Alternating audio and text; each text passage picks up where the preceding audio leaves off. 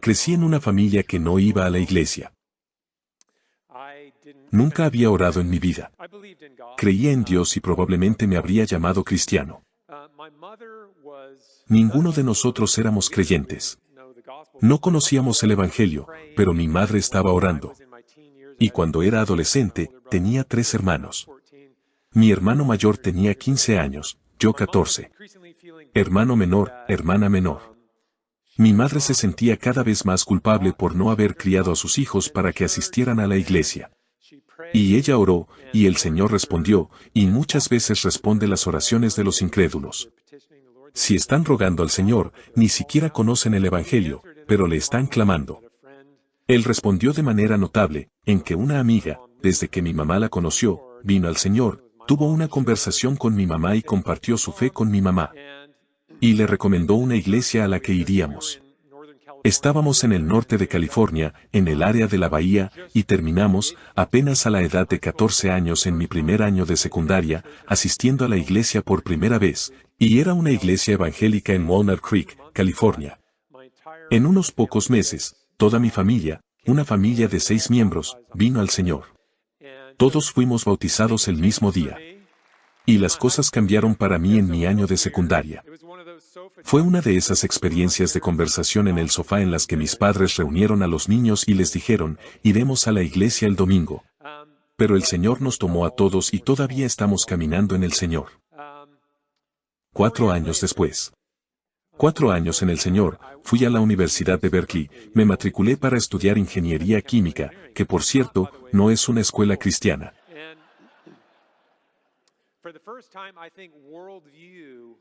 Y por primera vez, creo que la cosmovisión estaba en mi radar, porque me di cuenta, estos 4 años he estado leyendo las Escrituras y llegando a comprender la realidad, y estoy recibiendo una vibra diferente de este lugar que no necesariamente viene de las Escrituras.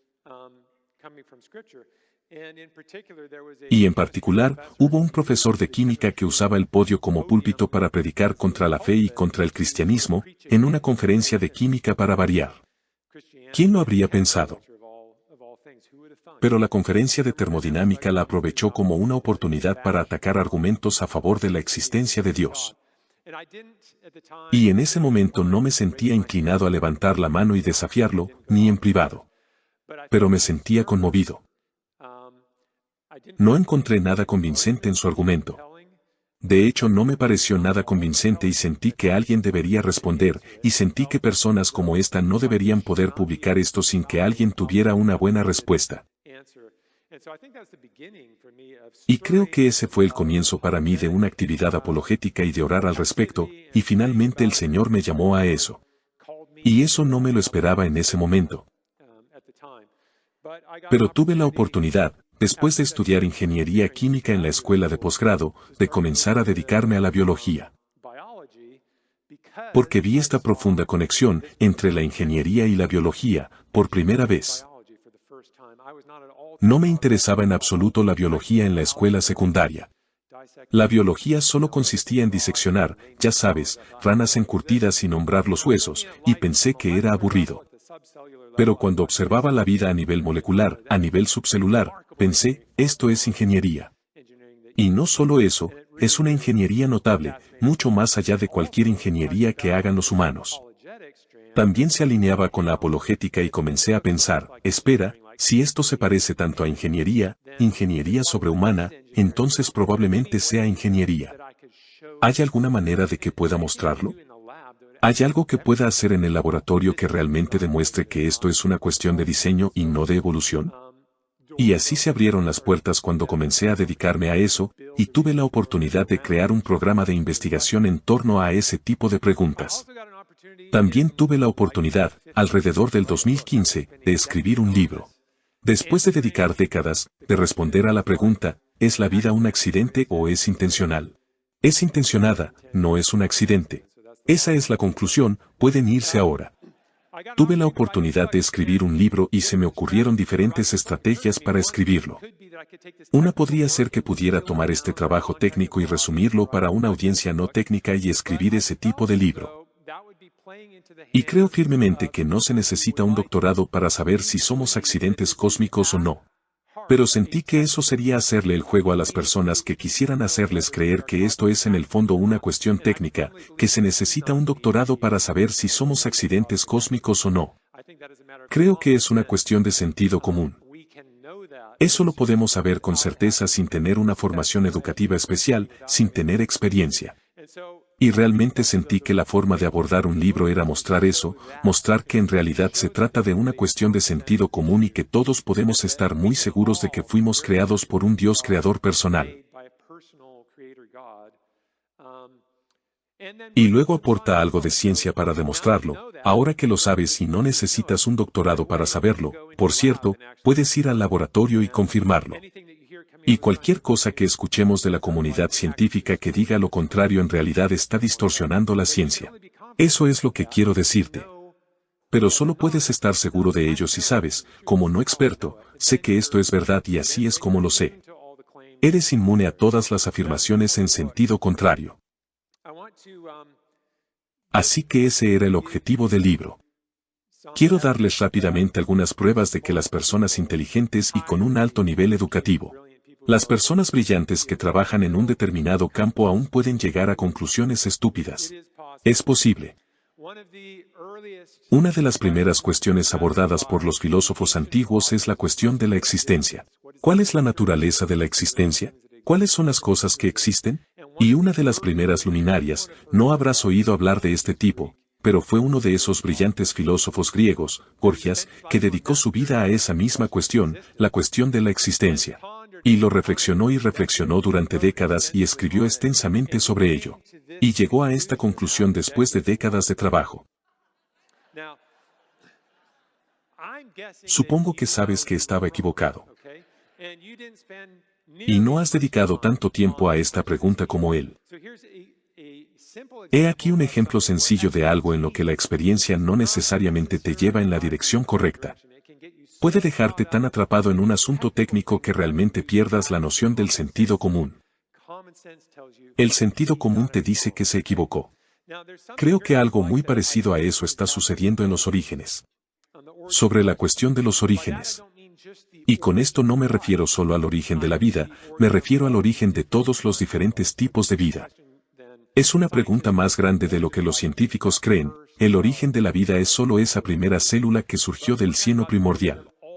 Pero estamos hablando del origen de todos los diferentes tipos de vida, todas esas son preguntas sobre orígenes. Creo que también es cierto que la simple experiencia y el simple razonamiento de sentido común en realidad conducen más fielmente a la verdad básica. No digo que conozcas todas las verdades técnicas con sentido común, como la mecánica cuántica, pero sí las respuestas a las preguntas más importantes. Y esto, de hecho, lo han afirmado personas interesantes, desde sectores interesantes. Alison Gopnik es profesora de psicología en Berkeley. Y mientras trabajaba en el libro, encontré esta cita de ella. Y dijo, en la edad de la escuela primaria, los niños comienzan a invocar a un diseñador divino supremo para explicar la complejidad del mundo que los rodea. Incluso los niños criados como ateos. Y pensé, eso es interesante. Porque lo que eso significa es que no es el adoctrinamiento de los padres lo que hace que un niño de 4 años sepa, cuando mira una mariposa, que fue hecha por un diseñador divino. Es algo innato que todos entendemos. Y en realidad debe ser el adoctrinamiento que luego convence a ese niño de 4 años convertido en un niño de 14 años convertido en un niño de 24 años lo que les hace decir. Eso es algo evolucionado que no fue hecho por un diseñador divino.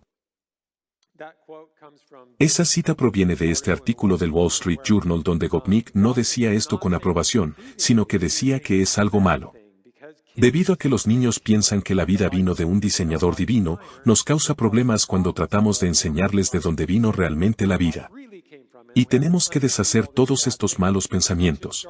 Así que deberíamos empezar con niños de 2, 3 y 4 años y empezar a mostrarles que no se debe pensar en la vida de esa manera, que en realidad existe una explicación técnica para la vida, y de esa manera causa menos frustración a los profesores de secundaria y universitarios. Si tiene razón, si Gopnik tiene razón y los niños de 4 años están equivocados, entonces la imagen se vería así, ¿cierto? Es una visión elitista de la ciencia. Todos estamos aquí en las tierras bajas, pero los expertos educados en la élite están allá arriba en la Torre de Marfil. Entienden la verdad sobre cuestiones tan importantes como de dónde venimos, qué somos y hacia dónde vamos. El resto de nosotros, si queremos saber las respuestas correctas, tendremos nuestras propias respuestas prejuiciosas e ingenuas de sentido común. Pero si queremos saber la verdad, dependemos de ellos. Tenemos que mirar hacia la Torre de Marfil e impartirán su sabiduría y la recibiremos o no. Pero si los niños de 4 años tienen razón, la situación se parece más a esta. Todos los que participan en estos grandes asuntos tienen un conocimiento innato de lo que es verdad, y luchan contra ello o no, pero saben lo que es verdad. Y la academia se ha hundido en un hoyo al proponer una explicación alternativa, una versión alternativa de la verdad. Y cuanto más cavan, más atrapados quedan. Y puedo decirte por experiencia de primera mano que, si estás en la academia, no es fácil salir de ese agujero porque si te opones al sistema, te castigarán o te sacarán del sistema. Se convierte en algo en lo que están atrapados en una forma de pensar de la que realmente no pueden salir. Y sin embargo, las personas que no se encuentran en esa situación ven muy bien. Me recuerda, tal vez les recuerde, cierto cuento infantil sobre un emperador que estaba desnudo. En la historia, realmente se trata de este problema elitista. Que las personas que más se preocupan por las apariencias son las más propensas a ser cómplices de una falacia y a perpetuarla, simplemente porque no quieren parecer tontos. Pero los niños que normalmente no se preocupan por eso, no les importa su apariencia, simplemente llaman a las cosas por su nombre. Se necesitaría un niño para decir que no lleva ropa. Y por supuesto, todos los adultos también lo saben. Pero fingen porque no quieren que los consideren tontos. Creo que la situación es muy similar. Existe una gran división entre dos interpretaciones de la realidad, específicamente la cuestión de dónde vino todo. Existe la comprensión teísta, y es que Dios es el creador increado de todas las cosas. Siempre ha existido, y a través de su trabajo, el universo físico existe y nosotros existimos, y Él es responsable de todo. Luego está la visión materialista opuesta a esto, que dice, no, la flecha va en la otra dirección y Dios no está presente. Está el universo físico, y hemos oído muchos debates hoy sobre su origen. ¿Vino de un multiverso o qué? Pero el universo físico nos creó. Nos hizo, salimos de la física y no hay Dios. Dos imágenes muy diferentes. Hay una combinación de estas que se llama evolución teísta, y hoy también hemos escuchado mencionarla. Y es que se podría agregar, se podría decir, no estamos de acuerdo con esto porque creemos en Dios, así que vamos a agregar a Dios a la imagen y hacer que se vea así. Y esta es mi especie de versión abreviada de la posición de la evolución teísta. Todavía se sostiene que la física es suficiente para crearnos, pero sostiene que Dios creó el universo físico. En general, Él es responsable, pero el universo físico tiene el potencial de crear vida compleja y vida inteligente. No voy a abordar todos los problemas con esto, y todos ellos se abordan en este volumen, que creo que les recomendaron anteriormente. Evolución teísta, crítica científica, filosófica y teológica. Sí, para refrescarme la memoria, John se refirió a esto y no pudo llegar a ninguna conclusión científica. Dijo que es una categoría filosófica, teológica y alguna otra categoría, no recuerdo cuál era. Tengo un capítulo en esto, es un volumen muy bueno que cubre todos los problemas, fichas de dominó doctrinales que comienzan a caer si vas en esta dirección de la evolución teísta. No lo voy a hacer. Lo que voy a hacer en cambio es decir que aquí hay dos problemas graves. Hay dos obvios, no diré que sean obvios, son formas de sentido común de saber que el universo físico no puede habernos creado. Si eso es cierto, entonces esta imagen es errónea y la imagen materialista también es errónea. Ambos están equivocados porque la física no puede darnos información. Te voy a dar dos argumentos. Ninguno de los cuales requiere experiencia, pero sí requieren una reflexión cuidadosa. Uno de ellos se llama argumento procedente de la introspección. En otras palabras, mirar hacia adentro sobre qué se siente ser un ser humano. Y el otro es un argumento basado en la observación, mirando al mundo exterior. Y ambos demuestran que esto no puede ser cierto. El universo físico no puede crearnos. Y comenzaremos pensando en el pensamiento humano.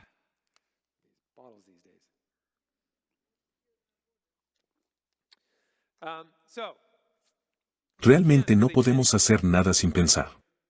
No creo que podamos hacer nada sin pensar. ¿Pero alguna vez pensaste en pensar en este sentido? ¿Alguna vez pensaste cómo sabemos que podemos pensar? Creemos que estamos pensando, ¿cómo sabemos que podemos pensar? Y en realidad es una pregunta más difícil de responder de lo que piensas. Porque parece que realmente tenemos que asumir, tenemos que realmente esperar no estar muy engañados para poder pensar. Tenemos que esperar que no seamos un cerebro en una tina o que no estemos profundamente confundidos, que no estemos locos. Porque tengo que tener algo de confianza, tengo que dar un paso de esperanza o confianza en el pensamiento para poder empezar a pensar. Y ninguno de mis pensamientos puede entonces validar ese paso. Porque si estoy engañado, entonces todo esto es una tontería y no voy a ninguna parte. El hecho de que piense que voy a algún lugar no prueba en realidad que vaya a algún lugar. Si estoy engañado y loco, entonces no iré a ninguna parte. Simplemente hay que tener fe en que el pensamiento humano es una empresa válida. Y eso no significa que estemos diciendo que todos los humanos piensan correctamente o que todos los argumentos humanos son correctos, en absoluto. Es simplemente decir, ¿es un ejercicio válido para que los humanos piensen? Todo el mundo dice, ¿es un ejercicio válido para mí pensar las cosas? Y resulta que tienes que esperar que así sea, y no puedes probar que así sea. Porque repito, la única manera de probar algo es pensando, pero si pensar no es válido, entonces no se puede pensar. Así que solo tienes que esperar que así sea, no hay otra manera de hacerlo. Uno confía en que es razonable perseguir el pensamiento, no en que sea perfecto, sino en que si nos esforzamos con cuidado y consultamos con los demás, tenemos alguna esperanza de llegar a la verdad si pensamos con cuidado. Eso es algo que tenemos que asumir con fe. Si hacemos todo tipo de cosas que se nos sabrán, como ciencia, podemos empezar a hacer ciencia. Pero hay algo más que tenemos que asumir con fe para hacer ciencia. Supongamos que puedo pensar, no estoy loco, no estoy engañado. Supongamos que puedo pensar y no estoy loco, pero supongamos que alguien me está engañando y todo esto, creo que estás ahí fuera y creo que este mundo está ahí fuera, pero supongamos, ¿alguien vio la de Matrix? Entras en una especie de espacio extraño donde te meten cosas raras en la cabeza y no es verdad. Alguien más está jugando, dándome datos falsos. La ciencia está fuera de discusión. No puedo hacer ciencia a menos que también tenga fe en que el mundo real es real. Está ahí fuera, que estás ahí fuera, que hay un mundo exterior en el que no me están engañando. Así puedo pensar y no me engañan, el mundo real está ahí fuera. Ahora puedo empezar a hacer ciencia, pero tengo que tomar estas dos cosas por fe. Y observa que incluso una vez que comienzo a hacer ciencia, no puedo probar que ninguna de estas cosas sea cierta. Todavía tengo que tomarlos por fe porque si me están engañando o si estoy loco o engañado, ninguno de mis experimentos científicos vale nada. Todo es un espejismo, todo es falso. Pero si tomo estas dos cosas como verdaderas por fe, y esa es la única manera en que puedo tomarlas como verdaderas, entonces puedo embarcarme en este proyecto de tratar de explicar el mundo natural. Hemos tomado estas cosas como verdaderas por fe, y se nos ocurre una explicación particular, una explicación científica, que publicamos y escribimos libros sobre ella, y pensamos que es ciencia. Supongamos esa explicación, sea cual sea. Tiene implicaciones para el pensamiento humano, para mi confianza en la validez del pensamiento humano. Y supongamos que socava mi confianza en la validez del pensamiento humano, de modo que si tomo en serio esta explicación, tendría que abandonar toda confianza en la legitimidad del pensamiento humano. Lo que me haría abandonar toda confianza en la ciencia, lo que me haría abandonar toda confianza en la ciencia y abandonar toda confianza en la explicación misma que estoy considerando. Eso sería lo que se llama una explicación contraproducente. Porque si lo tomo en serio, me hace tirar todo lo que tuve que tomar con fe para llegar a ello, lo que significa que no se puede tomar en serio. Es contraproducente en ese sentido. He aquí un ejemplo de una proposición científica contraproducente. Al menos en mi libro, lo introduje pensando en números, y hubo una experiencia real que tuve en 8º grado. El mejor maestro de escuela pública que he tenido fue mi profesor de matemáticas de 8º grado, y un día dejó perplejos a la clase al decir: ¿dónde están los números? Y estábamos pensando, ¿qué quieres decir? Y dijimos, están en nuestro libro. Están en la pizarra. Y dijo, esos son numerales. Son símbolos de números. Estoy preguntando dónde están los números. ¿Dónde están las cosas que esos símbolos representan? Y estábamos pensando, ¿qué busca este tipo? Al final, dijo una chica de la clase, están en nuestras cabezas. Y dijo, ahí es donde están los números. Ahora, está usando cabezas en sentido figurado porque los números no están literalmente en nuestras cabezas, quiso decir que están en nuestra mente. Y a menudo usamos la palabra cabeza cuando nos referimos a la mente. Tengo mucho cuidado con mis hijos para distinguirlos. En el libro tengo este experimento mental. Supón que estás en un laboratorio de imágenes cerebrales. Y hay todo tipo de sondas en tu cabeza y todo tipo de instrumentación. Esto puede incluso ser futurista, podrías tener mucha más instrumentación de la que es posible hoy. Pero supongamos que pueden visualizar absolutamente todo lo que sucede en tu cerebro en tiempo real y mostrarlo en una pantalla. Pueden ver todo lo que sucede. Y este científico que tiene todo esto en tu cabeza pregunta lo siguiente. Te pide que cuentes del 1 al 10. Y tú cuentas, y él dice, piensa en estos números mientras cuentas, y te detiene en el 2. Y él o ella dice, aquí está la imagen que obtuvimos cuando dijiste 2. ¿Ves la región activada en el lóbulo frontal? ¿A eso te refieres cuando dices 2? Y dices, tal vez eso se activó en mi cerebro, pero eso no es lo que quiero decir cuando digo 2. Él dice, estoy tratando de identificar lo que quieres decir cuando dices 2. Y dices, no me refiero a eso. Y él dice, no, soy fisicalista. No hay nada fuera del universo físico. Solo existe el universo físico, lo que significa que cualquier cosa que quieras decir cuando dices 2, tiene que ser algo físico, así que estoy tratando de descubrir qué es lo que quieres decir cuando dices 2. Y dices, no me refiero a algo físico, estoy hablando de una idea. No se encuentra en mi cabeza. Centrémonos un poco más específicamente. Captamos datos sobre esta sinapsis particular que se activaba entre estas neuronas en este grupo de tu lóbulo frontal en esa región roja de tu cerebro cuando pensabas en el número 2. ¿A eso te refieres cuando dices 2? Y dices, no, no lo entiendes. No hay nada en mi cerebro a lo que me refiero cuando digo 2. Estoy pensando en un número. Y si insistieran, un equipo de estos científicos diría, no hay nada sobre el mundo físico, entonces, ¿a qué te refieres cuando dices 2? Yo diría que si insistes en que lo que quiero decir cuando digo 2 no existe, entonces estoy loco.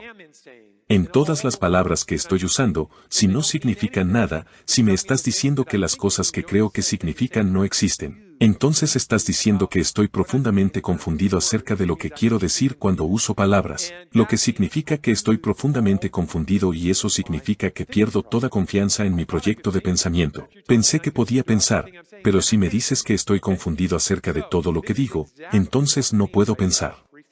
Esto es exactamente lo que queremos decir con proposición científica autorrefutable. O estoy manipulando conceptos, ideas no físicas cuando pienso. O estoy siendo manipulado por neuronas. Me están engañando haciéndome creer que estoy haciendo eso.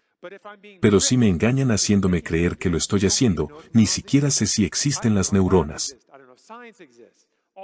Todo eso desaparece si no puedo pensar, porque ahora he perdido la confianza en lo que necesitaba hacer para llegar allí. Puedo descartar la B.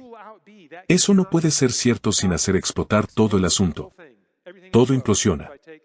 Si acepto o trato de aceptar que las neuronas me engañan haciéndome creer que estoy pensando, entonces las neuronas ni siquiera existen. Estoy confundido. Esa es precisamente esta situación. La B, autodestrucción, y eso te deja con la A, estoy manipulando conceptos.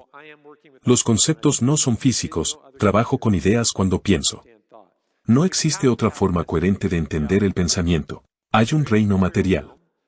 No negamos que nuestros cerebros sean físicos, no estamos negando el mundo físico. Pero tiene que haber este reino mental e inmaterial por encima de él.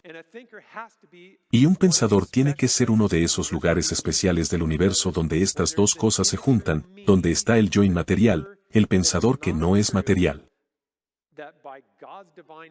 Que por la mano divina de Dios, hay un matrimonio entre este pensamiento inmaterial y el mundo del pensador que toca mi cerebro y se convierte en acciones que viven en el mundo físico. Y al revés también. Te veo solo porque la luz física entra en mis ojos, incide en mi cerebro y luego aparece en el reino mental. Y alguien tiene que estar a cargo de esa interfaz entre ambos. Y no puede ser material porque mis ideas no pueden ser físicas. Y no sé cómo controlar un cerebro. No tengo la menor idea de cómo funciona un cerebro. No soy yo quien lo controla, alguien más está controlándolo. Tomando mis pensamientos y empujándolos hacia el cerebro físico para que yo pueda mover el mundo físico, para que pueda hablar contigo y tú puedas hablar conmigo. Esta es una prueba de la incoherencia del fisicalismo y el materialismo. Y por cierto, hemos hablado del multiverso y hemos hablado de problemas con el multiverso. Aquí hay una prueba de que el multiverso no puede explicar la realidad porque la física no puede explicar la realidad, y todo lo que hay en el multiverso es física. No somos puramente físicos. Tenemos cuerpos físicos, pero nuestras mentes no son físicas. El segundo argumento es el argumento de la observación. Es uno de muchos.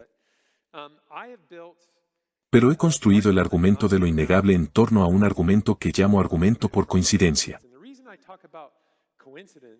Y la razón por la que hablo de coincidencia es que resulta que los humanos, incluso si no tienen formación técnica, tienen una asombrosa habilidad para detectar cosas que no pueden ser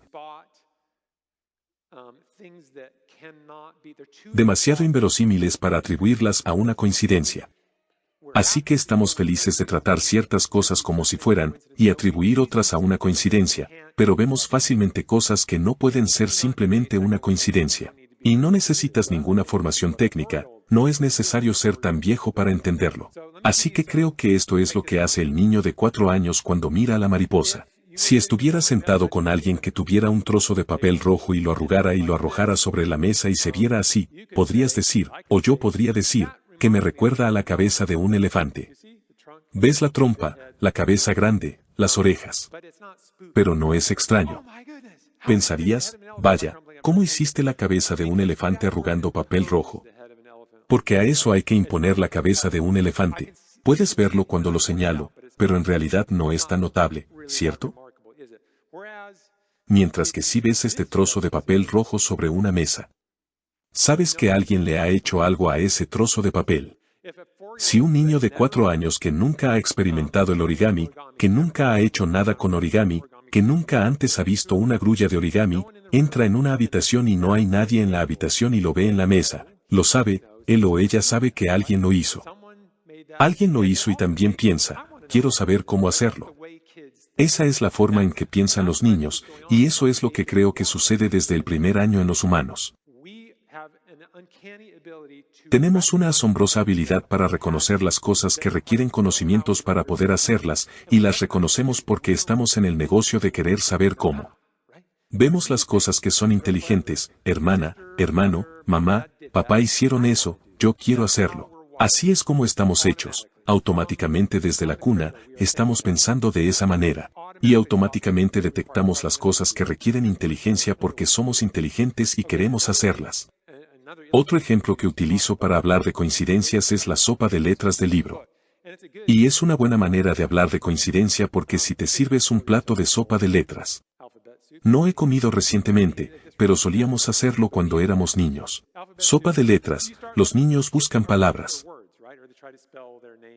O intentan deletrear su nombre o algo en la sopa de letras, y simplemente lo viertes al azar y habrá palabras, y estamos muy felices de atribuirlas a una coincidencia.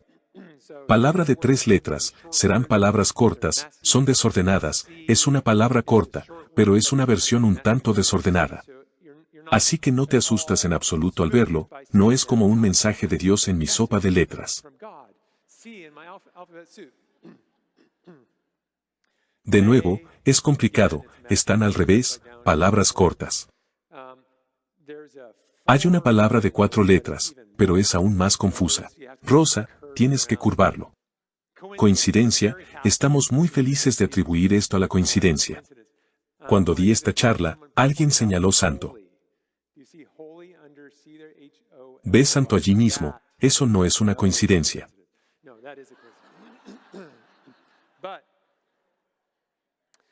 Pero si levantaras la tapa de una olla de sopa de letras y vieras esto, sabrías que no es una coincidencia. Y un niño lo sabría.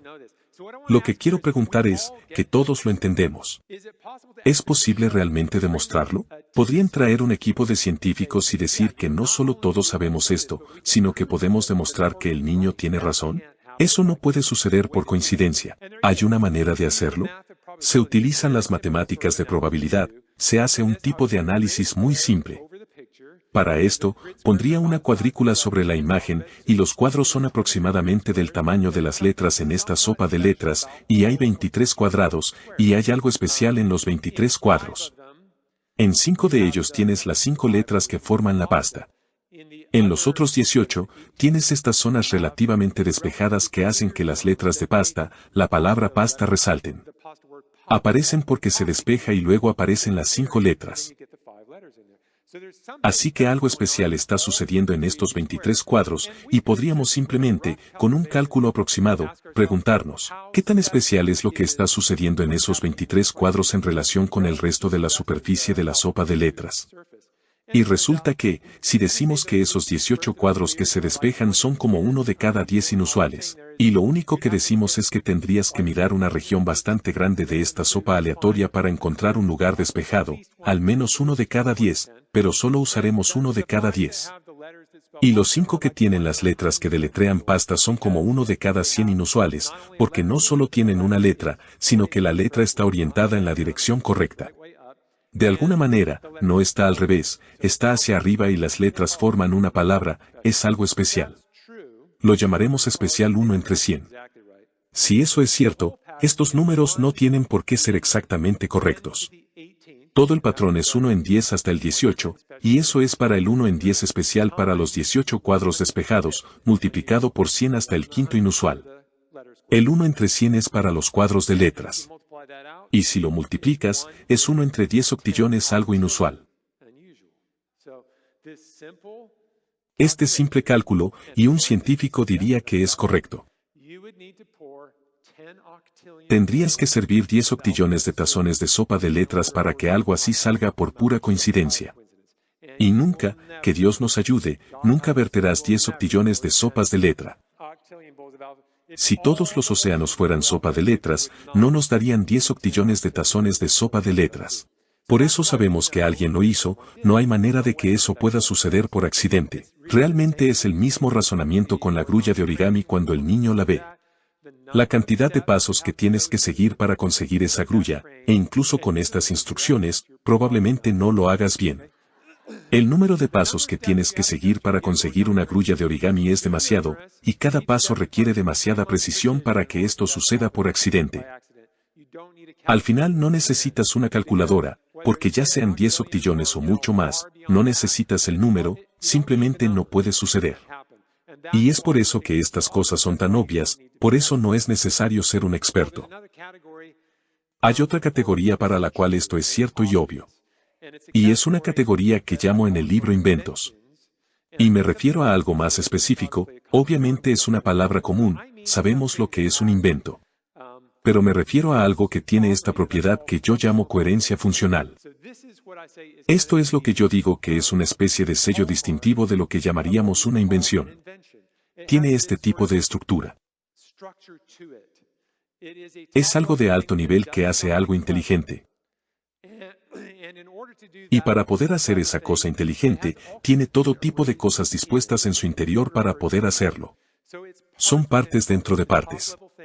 Lo de nivel superior es lo que realiza la función de alto nivel. Tiene componentes dentro de él, cada uno de los cuales tiene componentes hasta los constituyentes elementales. Y esto parece más técnico de lo que es. Si recibes un mensaje de texto y envías una frase a través de tu teléfono, le envías un mensaje de texto a alguien para decirle que se encuentre contigo en algún lugar a una hora determinada. Has hecho esto, has inventado algo. Has organizado letras en el nivel inferior para formar palabras y frases, y en última instancia, todo el contenido de esa oración. Has hecho exactamente esto, has ordenado las cosas en un orden jerárquico, y cada una de esas letras está ahí para formar la palabra correcta, para formar la oración correcta, para transmitir el significado. También es cierto en el caso de la tecnología. Si miras una cámara digital, no necesitas desarmarla para saber que debe haber muchas cosas sucediendo en su interior, y tiene que tener partes dentro de otras partes que cumplen esta función de alto nivel de apuntarla en algo, presiona el botón y aparece una imagen del objeto. Y un niño de 4 años sabe cuando ve esto, sabe que alguien inteligente lo hizo. Alguien sabía lo que estaba haciendo por lo que está haciendo.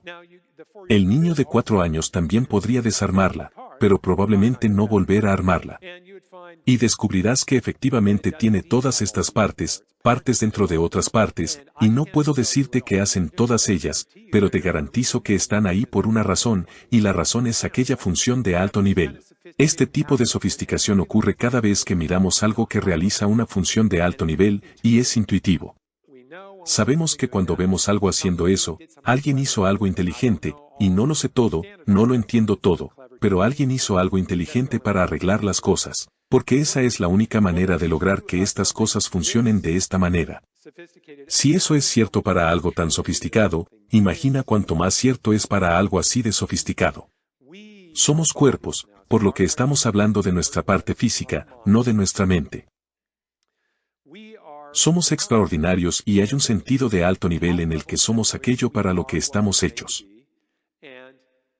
Y si eres biólogo, o si tomas una clase de anatomía o una clase de biología celular, sabes que esa singularidad va descendiendo capa tras capa tras capa. Sí, nuestros cuerpos están compuestos de partes llamadas órganos, y cada uno de esos órganos está compuesto de partes llamadas tejidos, por lo que ves 2 pequeños globos oculares mirándote por encima del brazo derecho. Si miramos un ojo, tenemos la retina, la córnea, la esclerótica, la vasculatura, todos estos diferentes tejidos que forman parte del ojo, cada uno dispuesto para que el ojo realice su función de recibir señales visuales y enviarlas a través del nervio óptico hasta el cerebro. Y el ojo, junto con todos estos otros órganos, está ahí para que seamos lo que se supone que debemos ser, para vivir como humanos. Puedes observar cualquiera de estos tejidos y verás una estructura celular notable que permite que el tejido haga lo que se supone que debe hacer. La retina tiene los bastones y los conos que conocen. Estas son las células sensibles a la luz que reciben la luz. Cada una de esas células tiene su propia estructura interna, y puede seguir profundizando y profundizando en la biología, hasta llegar a moléculas individuales. Este es un complejo de ARN proteico monstruoso llamado ribosoma. Esta es la máquina molecular que construye proteínas leyendo la instrucción genética en un ARN. No necesitas preocuparte por todos estos términos, solo míralos. Eso es más sofisticado que una grulla de origami. Este es el nivel en el que he estado mirando la vida durante muchos años. Observar moléculas de proteínas individuales y preguntarse si ellas mismas son demasiado notables para ser coincidencias.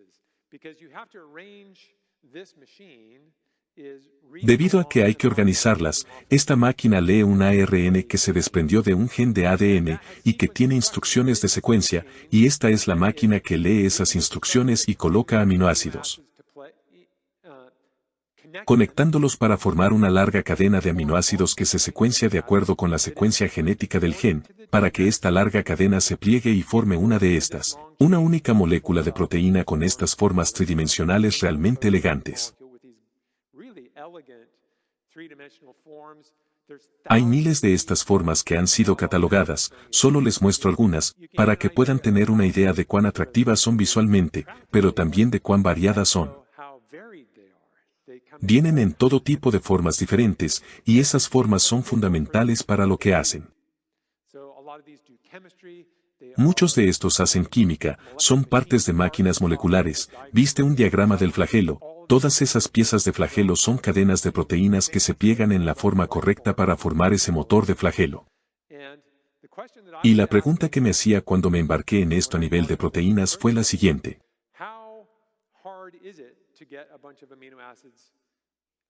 ¿Qué tan difícil es obtener un montón de aminoácidos? ¿Qué tan complicado es el orden de estos aminoácidos en esta cadena para que adopten una forma que realmente funcione en una célula? ¿Puedes simplemente estropearlo y no importa el orden, o es más como un mensaje de texto en el que si simplemente presionas botones al azar, no vas a comunicar nada? No es que tengas que hacerlo exactamente bien, mi esposa tiene la costumbre de no revisar sus mensajes de texto y me pregunto qué está tratando de decir. En realidad, empeora por el hecho de que tu teléfono está tratando de interpretar lo que quisiste decir. Si no revisas y lo lees, eso no es en absoluto lo que quise decir. Sería más fácil si tuviera errores tipográficos normales, pero tiene estas inserciones muy, muy raras. ¿Es el mundo viviente a nivel molecular tan exigente con estas cosas como nosotros como lectores cuando enviamos un mensaje de texto, o es mucho más tolerante? Me embarqué en una serie de experimentos para medirlo y utilicé esta proteína en particular. Esta es una enzima llamada beta-lactamasa. Esta es la enzima que permite que las bacterias sobrevivan en presencia de antibióticos tipo penicilina, por lo que es una enzima mala para nosotros. Es una buena enzima si eres una bacteria, pero no veo ninguna bacteria por aquí, así que digamos que es mala. Lo que hice en el laboratorio fue aleatorizar los aminoácidos en varias regiones de esta enzima y luego colocar los genes, así que hice millones de genes. Puse esos genes en bacterias y luego puse las bacterias en placas de Petri que tenían un poco del antibiótico penicilina. Si pudieron crecer y formar una colonia, eso significa que todavía está funcionando, y si no pudieron, significa que no estaba funcionando. Así que me permitió determinar, calificar qué fracción de estos genes alterados funcionan y qué fracción no funciona. Y luego podría hacer un cálculo. Eso significa que si arruinas todo, qué fracción funcionaría y qué fracción no funcionaría. Y ese es un trabajo que se informó en esta revista, el Journal of Molecular Biology, en el 2004. Quiero hacer una ilustración rápida. Esta es la última charla del día, así que podría seguir hasta la hora de cenar. Quiero hacer una ilustración rápida de esto. Si pensamos en el desafío de una explicación darwiniana de la vida como un proceso ciego para crear una de estas proteínas inteligentes, ¿qué tan difícil sería para un proceso ciego lograrlo? Es como lanzar un dardo con los ojos vendados e intentar dar en el blanco, una diana. No sé dónde está. Simplemente estoy disparando el dardo, lanzo el dardo y aterriza en alguna parte. ¿Cuáles son las probabilidades de que aterrice en un lugar que realmente dé en el blanco? Y para ilustrarlo, hago esta ilustración donde usamos un láser.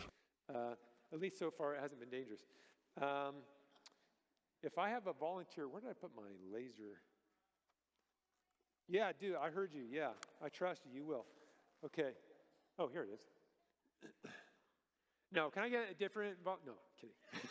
Yeah, come on. Come on. We're going to do this. Okay. Now, the way La forma en que suelo hacer esto es con dos punteros láser. Tú tienes uno y yo otro, y no peleamos. Normalmente uso el techo como objetivo, pero este es un techo muy complejo y negro. Lo que vamos a hacer es apuntar tu rayo láser hacia esa pared. Y ten cuidado con las personas sentadas en esa sección, simplemente mira en esa dirección. Pero intentará no apuntarles, pero no abrirá los ojos.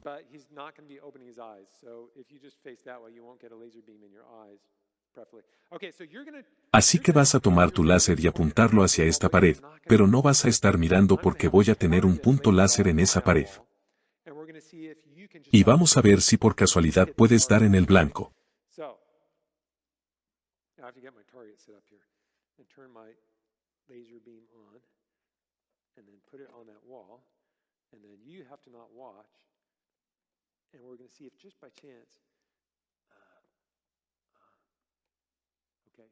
So I'm prepared to do this. Maybe I'm going to turn this around this way.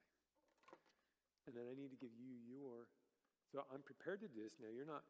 I know you're watching now, but I'm going to move it. And yours works this way, so try that. You just push that button. Okay, so you see where that wall is. Okay, now I want you to close your eyes. Are his eyes closed?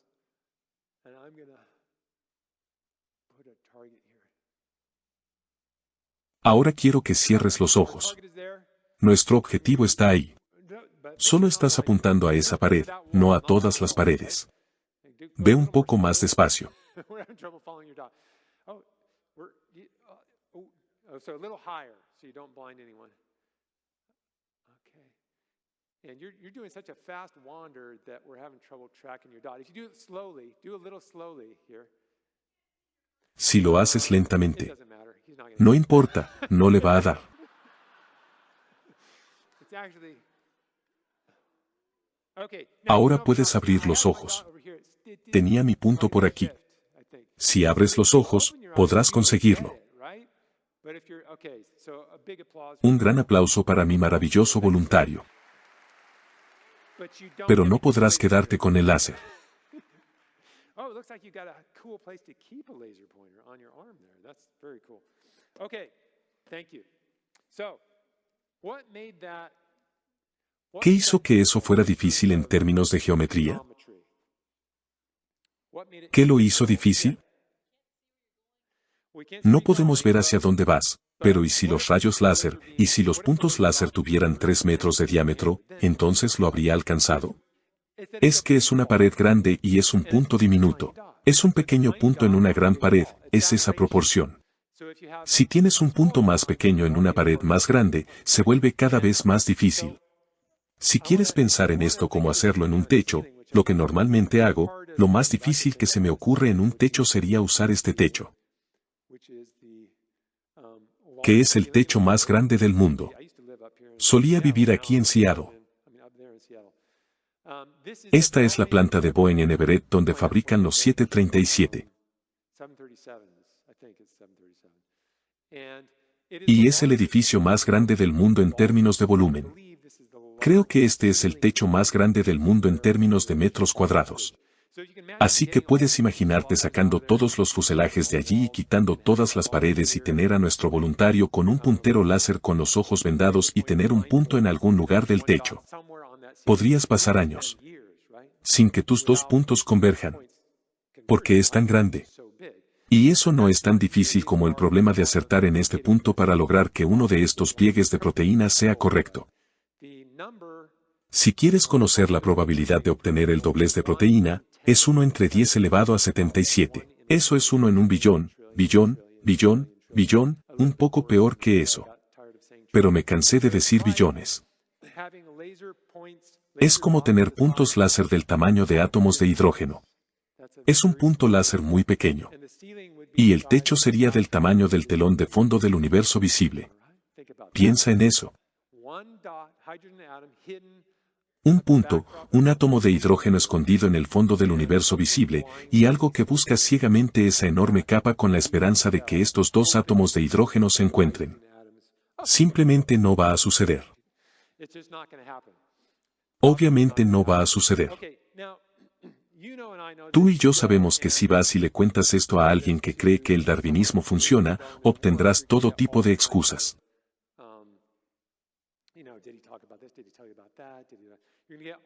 Recibirás todo tipo de intentos de intimidarte haciéndote pensar que no puede estar bien. Y empezarán a decir que son expertos. Los expertos lo saben.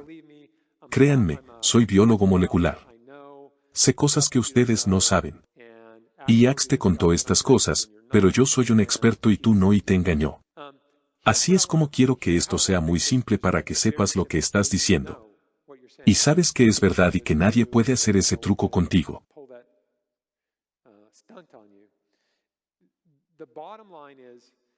La conclusión es que la magnitud de la coincidencia depende solo de la astucia del acuerdo. Solo depende de esa estructura de coherencia funcional que les mostré, esa jerarquía. Una vez que sabemos que estamos hablando de algo que tiene ese tipo de estructura, una jerarquía de piezas dentro de piezas que realiza una función de alto nivel, sabemos que requiere una disposición de piezas extremadamente especial. Y nadie puede probarlo. Richard Dawkins lo ha admitido. Se podrían mezclar células al azar durante miles de millones de años y ni una sola vez se formaría un conglomerado. Ni una sola vez encontraríamos un conglomerado que escabe, nade, vuele o haga cualquier cosa, ni siquiera remotamente trabajando para mantener vivo al organismo. Eso es lo que dijo Richard Dawkins en El relojero ciego. Todo el mundo lo reconoce. Él piensa que se puede hacer esto paso a paso para que la improbabilidad astronómica sea menos improbable. Eso es lo que él y todos los darwinistas creen que resuelve un problema. Creen que se parece a esto. Sí, ese es un destino especial al que la evolución lleva a los organismos y que es fantásticamente improbable en un solo salto, pero no sucedió en un solo salto, fueron peldaños que te llevaron allí. Pero escucha atentamente. Si el destino objetivo es increíblemente pequeño en comparación con todos los destinos posibles, ¿qué probabilidades crees que hay de que los peldaños lo lleven allí? La misma improbabilidad. No cambia el problema en absoluto. Ellos no entienden esto. No cambia esa probabilidad en absoluto. Al final estás hablando de una coincidencia. Y si la coincidencia supera cierta magnitud, entonces no puede suceder. Es una coincidencia imposible. Solo estás jugando al juego de las conchas, estás disfrazando tu coincidencia. Aquí tienes una forma sencilla de verlo. Estas son las cosas que muestran coherencia funcional. Esta sorprendente disposición de piezas dentro de piezas se debe a que tienen una función de tan alto nivel. Todo el mundo lo reconoce, incluso los ateos, incluso Dawkins, reconocen que parecen obra de un genio. Lo que dice Dawkins es que hay otra explicación. Pero aquí está su otra explicación. Es apelar a cosas, la física y el azar, que normalmente no realizan las obras del genio. Si crees que sí, muéstrame el azar haciendo una obra genial, la física haciendo una obra genial. A nadie se le ha ocurrido nunca una manifestación. Así que la afirmación de que la causa real de la vida es esa cosa inferior, el remolino de la física pura del accidente, y que en este caso ese accidente ha realizado una obra genial, es precisamente una afirmación de coincidencia. Porque los accidentes normalmente no hacen el trabajo de un genio. Si crees que eso está mal, muéstrame un accidente que haga una obra genial. Dicen que la vida es el ejemplo. Ese es el punto de la pregunta, estás pidiendo una petición de principio. En cualquier caso, estén de acuerdo contigo o no, es una afirmación de coincidencia. Y la matemática de la coincidencia es la matemática de la improbabilidad.